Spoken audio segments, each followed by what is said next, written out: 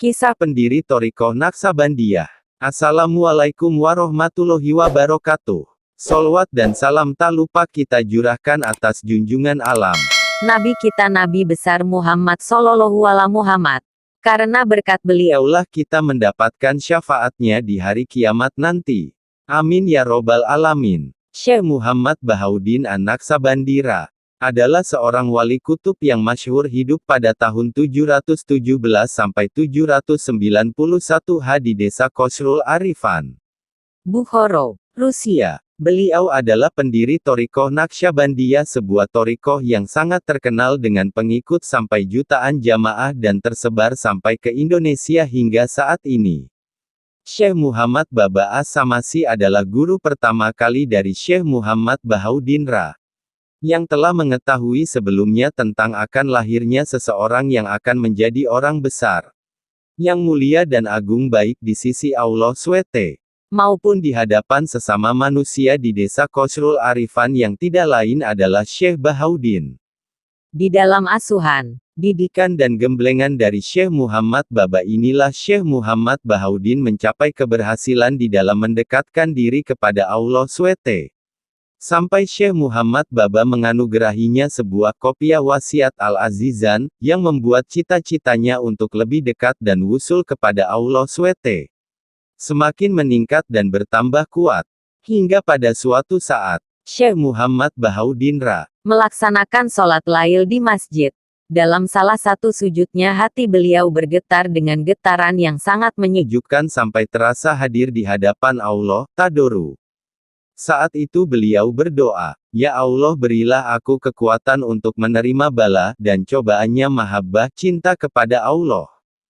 Setelah subuh, Syekh Muhammad Baba yang memang seorang waliullah yang kasyaf mengetahui yang goib dan yang akan terjadi, berkata kepada Syekh Bahauddin, "Sebaiknya kamu dalam berdoa begini, Ya Allah, berilah aku apa saja yang engkau ridhoi. Karena Allah tidak ridho jika hambanya terkena bala, dan kalau memberi cobaan, maka juga memberi kekuatan dan memberikan kepahaman terhadap hikmahnya." Sejak saat itu Syekh Bahauddin seringkali berdoa sesuai dengan apa yang diperintahkan oleh Syekh Muhammad Baba, untuk lebih berhasil dalam pendekatan diri kepada Sang Kholik. Syekh Bahauddin seringkali berkholwat menyepikan hatinya dari keramaian dan kesibukan dunia. Ketika beliau berkholwat dengan beberapa sahabatnya, waktu itu ada keinginan yang cukup kuat dalam diri Syekh Bahauddin untuk bercakap-cakap. Saat itulah secara tiba-tiba ada suara yang tertuju pada beliau. "Hei, sekarang kamu sudah waktunya untuk berpaling dari sesuatu selain aku, Allah." Setelah mendengar suara tersebut, hati Syekh Bahauddin langsung bergetar dengan kencangnya. Tubuhnya menggigil. Perasaannya tidak menentu hingga beliau berjalan ke sana kemari seperti orang bingung. Setelah merasa cukup tenang, Syekh Bahauddin menyiram tubuhnya lalu wudhu dan mengerjakan sholat sunnah 2 rakaat. Dalam sholat inilah beliau merasakan kekhusyukan yang luar biasa. Seolah-olah beliau berkomunikasi langsung dengan Allah SWT. Saat Syekh Bahauddin mengalami jazab satu yang pertama kali beliau mendengar suara. "Mengapa kamu menjalankan torik yang seperti itu?" "Biar tercapai tujuanku," jawab Syekh Muhammad Bahauddin. Terdengar lagi suara, "Jika demikian maka semua perintahku harus dijalankan." Syekh Muhammad Bahauddin berkata, "Ya Allah, aku akan melaksanakan semampuku," dan ternyata sampai 15 hari lamanya beliau masih merasa keberatan. Terus terdengar lagi suara, "Ya sudah, sekarang apa yang ingin kamu tuju?" Syekh Bahauddin menjawab, "Aku ingin thariqah yang setiap orang bisa menjalankan dan bisa mudah wusyul ilallah." Hingga pada suatu malam saat berziarah di makam Syekh Muhammad Wasi, beliau melihat lampunya kurang terang padahal minyaknya masih banyak dan sumbunya juga masih panjang.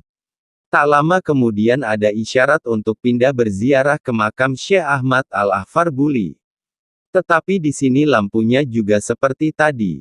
Terus Syekh Bahauddin diajak oleh 2 orang ke makam Syekh Musdahin. Di sini lampunya juga sama seperti tadi. Sampai tak terasa hati Syekh Bahauddin berkata, "Isyarat apakah ini?" Kemudian Syekh Bahauddin Duduk menghadap kiblat sambil bertawajuh dan tanpa sadar beliau melihat pagar tembok terkuak secara perlahan-lahan. Mulailah terlihat sebuah kursi yang cukup tinggi sedang diduduki oleh seseorang yang sangat berwibawa di mana wajahnya terpancar nur yang berkilau. Di samping kanan dan kirinya terdapat beberapa jamaah termasuk guru beliau yang telah wafat. Syekh Muhammad Baba. Salah satu dari mereka berkata, orang mulia ini adalah Syekh Muhammad Abdul Qolik Al-Gojdawani dan yang lain adalah khalifahnya. Lalu ada yang menunjuk, ini Syekh Ahmad Sodik, Syekh Aulia Kabir, ini Syekh Mahmud Al-Anjir dan ini Syekh Muhammad Baba yang ketika kamu hidup telah menjadi gurumu.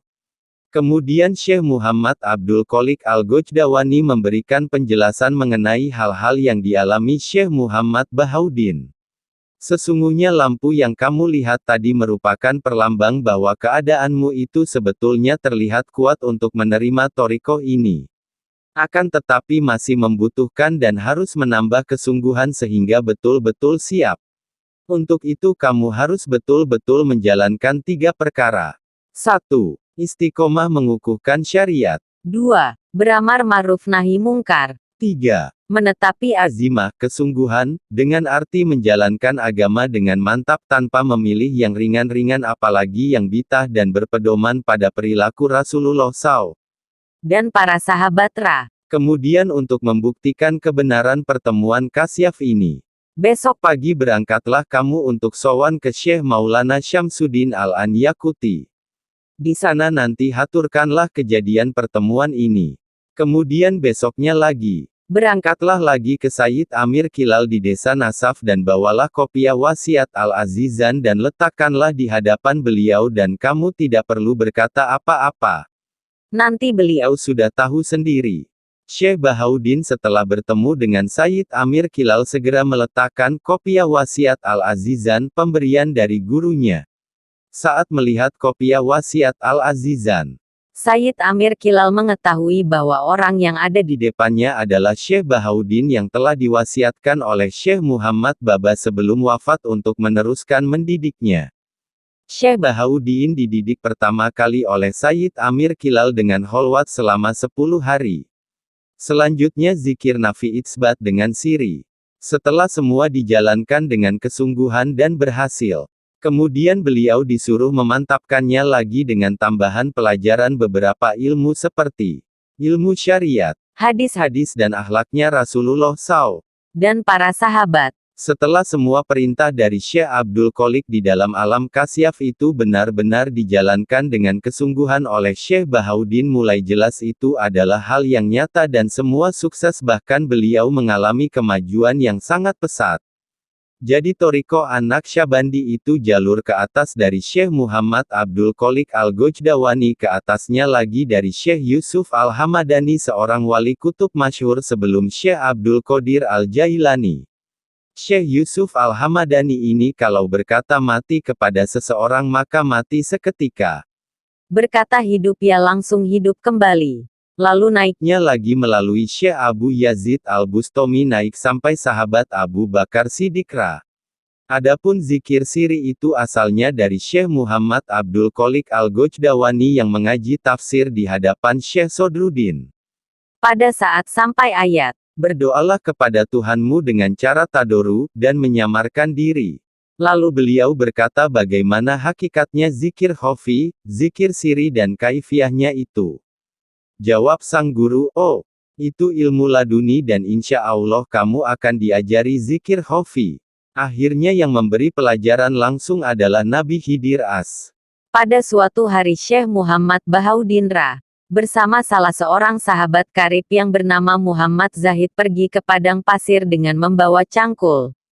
Kemudian ada hal yang mengharuskannya untuk membuang cangkul tersebut. Lalu berbicara tentang marifat sampai datang dalam pembicaraan tentang ubudiyah, lah kalau sekarang pembicaraan kita sampai begini kan berarti sudah sampai derajat yang kalau mengatakan kepada teman, matilah, maka akan mati seketika. Lalu tanpa sengaja Syekh Muhammad Bahauddin berkata kepada Muhammad Zahid, matilah kamu. Seketika itu Muhammad Zahid mati dari pagi sampai waktu duhur. Melihat hal tersebut Syekh Muhammad Bahaudinra menjadi kebingungan. Apalagi melihat mayat temannya yang telah berubah terkena panasnya matahari. Tiba-tiba ada ilham, "Hei Muhammad, berkatalah Ahyi, hiduplah kamu." Kemudian Syekh Muhammad Bahaudinra Berkata Ahyi sebanyak 3 kali. Saat itulah terlihat mayat Muhammad Zahid mulai bergerak sedikit demi sedikit hingga kembali seperti semula. Ini adalah pengalaman pertama kali Syekh Muhammad Bahaudinra. Dan yang menunjukkan bahwa beliau adalah seorang wali yang sangat mustajab doanya. Syekh Tajuddin, salah satu santri Syekh Muhammad Bahaudinra, berkata, "Ketika aku disuruh guruku dari Qasrul Arifan menuju Bukhara yang jaraknya hanya 1 pos, aku jalankan dengan sangat cepat. Karena aku berjalan sambil terbang di udara. Suatu ketika saat aku terbang ke Bukhara. Dalam perjalanan terbang tersebut aku bertemu dengan guruku. Semenjak itu kekuatanku untuk terbang dicabut oleh Syekh Muhammad Bahaudinra. Dan seketika itu aku tidak bisa terbang. Sampai saat ini." Berkata Afif Ad-Dikaroni. Pada suatu hari aku berziarah ke Syekh Muhammad Bahaudinra. Lalu ada orang yang menjelek-jelekkan beliau. Aku peringatkan. Kamu jangan berkata jelek terhadap Syekh Muhammad Bahaudinra. Dan jangan kurang tata kramanya kepada kekasih Allah. Dia tidak mau tunduk dengan peringatanku. Lalu seketika itu ada serangga datang dan menyengat dia terus-menerus. Dia meratap kesakitan lalu bertaubat. Kemudian sembuh dengan seketika. Demikian kisah keramatnya Syekh Muhammad Bahaudinra radhiyallahu anhu wa a'ada alaina amin barokaatihi wa anwarihi wa asrurihi wa ulumihi wa ahlaakihi Allahumma amin.